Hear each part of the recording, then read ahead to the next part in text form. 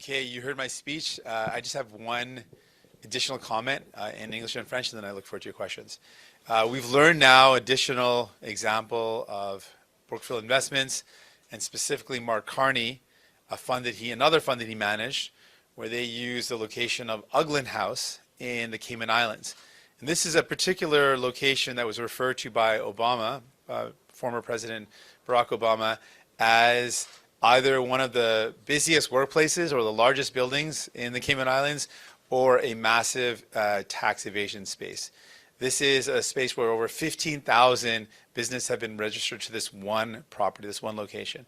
And it's clear the only purpose for registering in this office is to avoid paying taxes. And what this means is, again, another example of Brookfield Investments, whether they're doing it legally, even if they're doing it legally, it's cheating our healthcare system, it's cheating our pensions, it's cheating Canadian investments, because you're not paying your fair share and you're making your money in Canada, but you're not paying your taxes in Canada.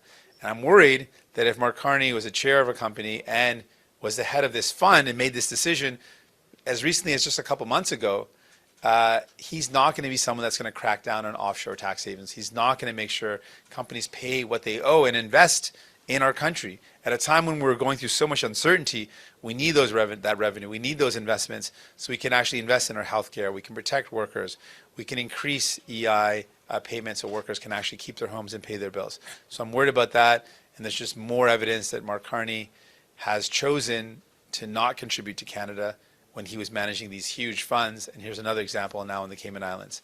Donc il y a un autre exemple de Mark Carney quand il a dirigé un fonds massif comme président de Brookfield, qui a utilisé un endroit dans les îles Caïmans et un endroit particulièrement qui s'appelle Uglan House, où il y a 15 000 entreprises qui sont enregistrées dans ce même édifice. Ça montre un exemple de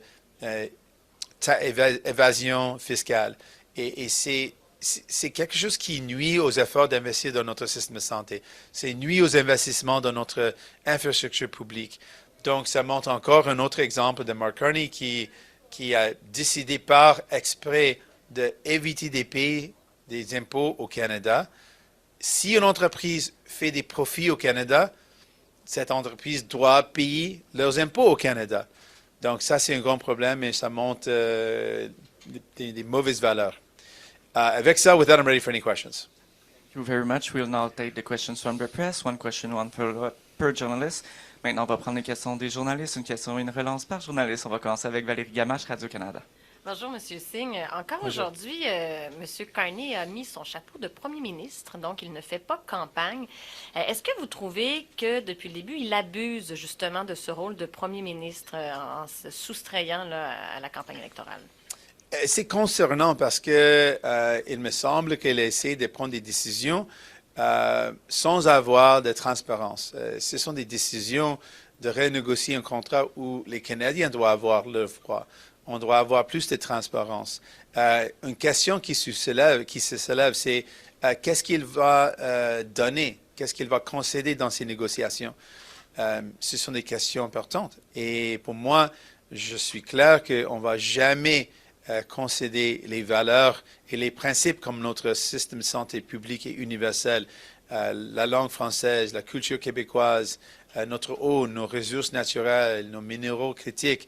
Donc, qu'est-ce qu'il va concéder? Ce sont des questions importantes. Et donc, est-ce qu'il abuse de ce pouvoir? Je pense que à ce moment, il n'y a pas une attaque directe contre nous. Avec la pause montrée par Donald Trump. Ce que je pense qu'il doit faire, je suis sur l'équipe Canada quand on parle de comment on attaque et riposte avec Donald Trump, mais ce qu'il doit faire à ce moment, s'il est avec le cabinet, c'est de mettre en place un changement de l'assurance emploi qui augmente le montant que les gens reçoivent. Si je peux expliquer, le montant que les gens reçoivent, c'est moins de la moitié de leur salaire. Et pour les gens à ce moment, c'est impossible de payer toutes les factures avec la moitié du salaire. On a besoin d'une augmentation de l'assurance emploi pour que les gens puissent payer les factures, payer les hypothèques, payer les loyers. Et ce moment, ce n'est pas le cas.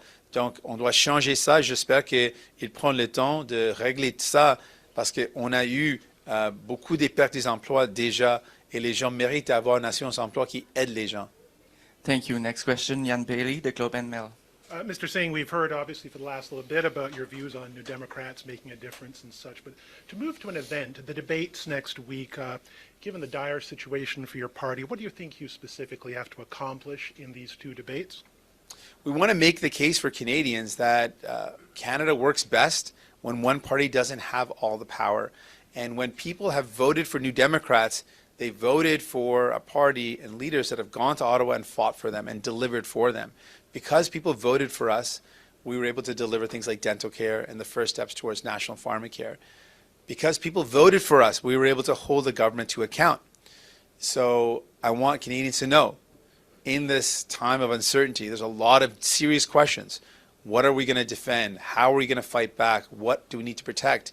In all these questions, who's going to fight for you? And who's going to hold the government to account? And in all of this, I think Canadians know it's best when Ottawa doesn't give power or one party doesn't have all the power. And so that's what I'm going to encourage Canadians to think about during the debates. How will you get that message out when most viewers will probably be looking at Mr. Carney and Mr. Poilievre to see who's best equipped to deal with Donald Trump? I mean, the lines you've just said are the lines you've been saying over and over again, but like, how are you going to get your message out when most people are paying attention to those two? I've had some great events or great turnouts at debates, so I'm looking forward to using the debate as a platform to make this case to Canadians. But Canadians know this as well. You ask Canadians, when does Canada work best? And they'll tell you it's when one party doesn't have all the power. They've seen it in the results that we've experienced as Canadians. So when we've got our universal health care, Tommy Douglas was in a position, as New Democrats were strong to be able to make that happen. Our old age security, our pension, and most recently, dental care and pharmacare. These things only happen when people vote for New Democrats and send us to Ottawa. And Canadians want someone there to hold the government to account, to hold the powerful to account. That's what we do. Send us to Ottawa, and we're going to hold government to account. Thank you. Next question, Wyatt Sharp, the News Forum. Hi, Mr. Singh. Hi, Mr. Singh. Good to see you. On the issue of tariffs specifically and how that relates to where your party is in the polls right now, how much of this kind of de-escalation of the support that you have is a result of Canadians, specifically progressives, thinking that Mark Carney, given his fiscal experience, is better suited to lead the charge on this issue? I think a lot of people are worried by what Donald Trump has been saying and what he's been doing. I think a lot of Canadians are feeling scared. There's a lot of uncertainty. And in all of that, there's going to be some really important decisions. The first budget will be a very important budget about how we respond to the threats of Donald Trump. And in that discussion, I'm encouraging Canadians to consider that Canada has worked best when one party doesn't have all the power. And when you send New Democrats to Ottawa, you get results for people. And in all of this, I think more than ever, Canadians deserve someone that's going to fight for them, that's going to say, no, we're not going to give up on our universal public health care. We're going to fight back against Mark Carney's proposed $42 billion cut to health care, pensions, old age security, to the services that Canadians need. In this serious time, you need someone that's going to fight back against those cuts and stand up for working people, and that's New Democrats. And yesterday, when I spoke to Alberta Premier Danielle Smith, she told me that out of all of the tariffs, she believes retaliatory tariffs are among the most harmful. First, do you have any reaction to that? But then also, looking at retaliatory tariffs, would you look to increase or perhaps decrease the ones that Mark Carney has outlined if you're elected? I agree with the approach of Mark Carney in terms of retaliatory tariffs. I think most Canadian leaders believe we've got to fight back and defend our country. On the question of defending our country, I think Danielle Smith has not shown that same commitment to defending Canada, and I think it's been troubling some of the comments she's been making that show more of an interest in supporting Trump or Pierre Poilievre than actually defending Canadians. Thank you. Next question, Mike Lecouteur, CTV. Mr. Singh, in your speech today, you almost made it sound like a Carney win is a foregone conclusion. Do you think the election's over? Well, I think that there is an important decision for Canadians to make. I think campaigns matter. And I think in this campaign, I want Canadians to know that your vote does matter. And if you want someone to hold government to account, if you want someone that's going to fight to make things happen for working class people, for middle class people, that's what we have done in the past. That's what we have done as a party. And you'll need that now more than ever. There's a lot of big decisions in front of us. Who's going to stand up and say people should be put first? Working class people should be never forgotten. Who's going to defend our public universal health care? Who's going to fight back against Mark Carney's cuts? No party should have all the power. Having New Democrats there and holding government to account will mean that Canadians would be better off. So if this is going to be a minority parliament, as you are clearly calling for, you have said you would never support Pierre Poilievre, and you are now criticizing what you think Mark Carney will make as cuts. So who would you support in a minority parliament then? Well, I've laid out our priorities, and I've laid out the things that we're going to fight for in the next budget, which will be the next big decision. The things that matter to Canadians is that they've got to be able to afford their groceries. They've got to be able to afford a home. They've got to be able to have some relief because the cost of living is so high. And we've laid out a path to do that. And workers have already lost their jobs. Potentially more might lose their job in this trade war. So we need to have protections in place for them. So concretely, what does that mean? I want to see a price cap on food essentials. I want to ban corporations from buying up affordable homes. I want EI, the amount that a worker receives, to be high enough so they can pay their bills, they can pay their mortgage, their rent, and buy their groceries and keep a roof over their head. And right now, that's not the case. Right now, EI only covers, for some workers, less than half of what they make. No worker these days can actually make it with less than half their salary. Maybe 20, 30 years ago, you could have made it by. But now it doesn't work that way. So we need to make sure EI is there for folks. Thank you very much. Next question, Ashley Burke, CBC. Hi, Mr. Singh. There are some people in the room that you were just in that say maybe after this election it's time for a new leader, someone to build up the party for the next generation. Is this your last election? I'm focused on the campaign in front of me and the choice in front of me. And that's a very important choice. We're up against a real scary time. And in all of that, I ask Canadians to consider who's going to fight for you, who's going to stand up for you, who's going to fight for the things you need, relief when it comes to your groceries, homes you can afford, make sure that EI covers workers who are now worried about losing their jobs. In all of this, New Democrats will have your back, so send more New Democrats to Ottawa. When was the moment that you decided that it was time in this campaign to stop saying that you're running to become Prime Minister? I want folks to know the choices in this election. The choice is really important. I can tell you, having been in a minority government, when New Democrats were there, we made a big difference in people's lives. We were able to bring in things that had never happened before, that New Democrats fought and forced the government to deliver, like dental care and pharmacare. If you send more of us to Ottawa, we'll continue that type of work. We'll fight to make sure you can afford your groceries, that you can afford a home. And so in this time, I think more than ever, Canadians need New Democrats in Ottawa fighting for them. Thank you. Next question, Mark Ramsey, Toronto Star. Hi, Mr. Singh. Hey there. If we do indeed get a Liberal minority government, and as you say he will, Mark Carney proposes cuts in the budget, are you willing to send Canadians to another election just a few months from now? Well, the question is, will Mark Carney, he said his plan is to cut. In a time of uncertainty and fear and worry, cutting $42 billion out of the operating budget is the wrong thing to do. That is his plan. That is his words. I think it is wrong for him to do that. He said again and again he wants to cut spending. And he said where he wants to cut that spending, in the operating budget. And he's defined the operating budget. He's laid out what the operating budget is. It's healthcare, it's transfers, it's old age security and pensions. And the amount that he would have to cut to achieve his goal is over $40 billion. That is wrong, and we're going to fight back against that. In the next budget, we can't see cuts to the things that people need. We need to see investments in our country. When you came in as leader in 2017, you spoke about expanding the party into new areas, particularly the GTA suburbs, where there's a lot of newcomers and people who were inspired by you. That has never happened, and now the party is fighting to remain relevant in Parliament and fighting to keep another third minority Parliament. Can you reflect on that and whether your leadership is the result of that? Well, I think about what we were able to achieve in the last minority government. I think about people that I mentioned, like Sue, who a senior on a fixed income, who lost her teeth because she survived cancer, but then lost her teeth in the process. And I was with her in the office when she was told by the dentist that they would be able to give her smile back. And I remember her tears of joy, knowing that she's going to get her dignity back. I remember speaking to a kid who told me that he felt like he was a burden on his family because he was a type 1 diabetic and his medication cost so much. I promised that kid that I was going to fight to make sure he didn't feel like a burden. And we've delivered national pharmacare, so that kid doesn't have to worry about the cost of diabetes medication. That's what we delivered for Canadians. If you want more of that, fighting for you and your family, lifting up everyday people. Vote for a New Democrat. Thank you. Next question, Stuart Benson, Hill Times. Hi there. Sorry, first question, just easy, part B.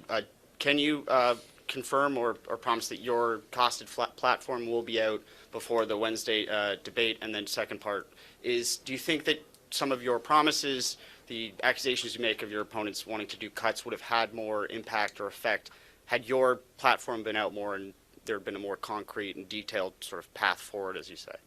We will be releasing our costed budget, and we'll let you know when that's available. And Mark Carney is telling folks his plan. Like he has repeated this. There was a question he was asked on whether he would close tax havens or not. And in the response to that question, he didn't answer the question about closing tax havens, but he said he would cut spending. He's repeatedly said he was going to cut spending. He's laid out the areas where he's going to cut. And the amount that he's going to cut is $43 billion. That is not something that Canadians can deal with at a time of so much uncertainty and chaos by Donald Trump. People need to see investments in our healthcare. We need to see protections for workers. And that's what New Democrats are going to fight for. And then I just want to follow up on the sort of the, I guess, experiment or the initiative you guys have working with influencers. Do you sort of have, is that still something you're doing? Have you learned any lessons from, I guess, the sort of stumble out of the gate? And what do you say to sort of influencers who looked at how the party handled that and say, well, we took a risk as well, and they feel like they sort of got the influencer question feels like they got abandoned when push came to shove. So what would you respond to that? We encourage working with folks that believe in our vision of investing in healthcare, expanding pharmacare, making the super rich pay their fair share, who believe in closing tax havens, folks that want to use the platform to continue to talk about those things. We welcome. I'm honored and be excited to speak about that. And folks that are out there, I mean, ultimately, I want to speak to electors, Canadians, and let them know the choice in this election. It's an important choice. You got folks that have shown you that they're going to cut the services you need, folks that are prioritizing billionaires and the super rich, or New Democrats who are in it for you, who are going to fight for you. Thank you. Next question, Matteo Cimarillo, Ottawa Citizen. Thank you, Mr. Singh. Both Poilievre and Carney have proposed cuts to the public service. Poilievre, massive, up to $17,000 per year. Carney using AI for efficiencies and so on. I want to ask you your thoughts on the current size of public service and if you think it needs to grow or indeed shrink, particularly if we find ourselves in a minority government.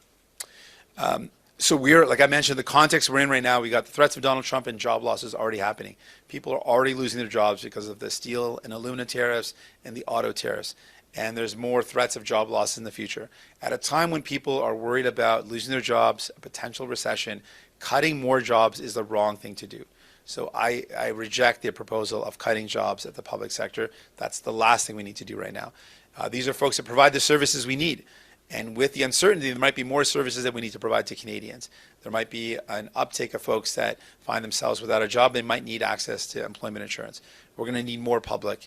We're going to need these workers. We're not going to need less of them. So I'm opposed to cuts at a time of uncertainty. I'm opposed to cutting the number of public servants. We need that civil service. And I think Mark Carney and Pierre Poilievre's plan to cut is wrong. I want to ask about work from home. It's a big thing on the negotiation table, and we have several public service unions getting set for bargaining. What are your thoughts on work from home? Do we need to scrap the 3-day a week? Does it need to go further? Do you support the unions in their struggle to have more flexible work? Yeah, of course I support the unions on this, and particularly the unions were promised that the Prime Minister and the government were going to negotiate work with them to achieve an outcome and to get to a result. They didn't do that. They broke their word, and I think that's fundamentally wrong. That breaks trust. So if you promise to work with the union to get to a result, you should do that. And also from hearing from the workers at a time of all these worries around the cost of living and difficulties in people's lives, being able to work from home is a really important tool to combat that. And so I support the workers in their pursuit of getting a fair result and a fair deal. Thank you. Next question, David Baxter, Canadian Press. Yeah, good afternoon, Mr. Singh. Yes, I'll go back to my colleague Ashley's question because with respect, you didn't fully answer it. Early in the campaign, you were saying you were campaigning to be Prime Minister. Even before the campaign, you were. Now that message has had a definite pivot. Was there any one particular moment or a series of moments or events that prompted this shift to bringing forward a more unique idea to the Canadian political landscape? Well, we just want folks to know the choice they have in this election. And folks will ultimately choose the outcome of Parliament. That's in the hands of the electors. That's in the hands of people. But I want people to know that their vote does matter, and to remind people about what we've achieved as a country when folks have voted for New Democrats. We talk a lot about Tommy Douglas bringing in universal health care. He could not have done that but for the fact people voted for him. People voted for New Democrats, and we were able to achieve these things. People give us credit for having to have been able to fight to bring in dental care and pharmacare. I couldn't have done that. My team couldn't have done that, but for people who voted for us and sent us to Ottawa. So now casting forward, we've got a lot of things on the horizon. And for people who are worried about the cost of living, worried about groceries and homes, who are worried about losing their jobs and EI, the amount that you get just not being enough, the only party that's committed to making these things better for you are New Democrats. You got to send us to Ottawa if you want us to fight for you. And we've said this, and I really believe this, that Canada works best when we don't give all the power to one party. Have more New Democrats, have a strong number of New Democrats fighting for you in Ottawa, and you'll get better results for Canadians. But personally, I can't recall the last time a party outside potentially the Bloc Québécois really campaigned to be a national power broker party. Is there anything with your team that prompted this shift from earlier in the campaign to now making that the NDP's more overt goal? We just want Canadians to know the choice that they have in this election, and that choice, I think, is really important. And so reminding people the things that we were able to achieve, it's not just because of us. It's because you voted for us. Because Canadians voted and sent Canadians sent us to Ottawa, that we were able to deliver these things. And I want folks to know that going into the last couple of weeks of this campaign, that they do have an important choice to make. And there's a lot of really important decisions that our country's going to make. And I want folks to know, if you've got New Democrats in Ottawa, the more of us you send, we'll be able to fight for you. We'll be able to stand up for you and make your priorities the priority in Ottawa. Thank you. Last question, John Woodside, National Observer. Hi, Mr. Singh. Okay, we've heard the comments. What I guess I'd like to know is, are you explicitly talking about doing another confidence and supply agreement with the Liberals? Is that why Canadians need to vote in enough New Democrats? Is that something you're contemplating? Can you just speak to that a little bit?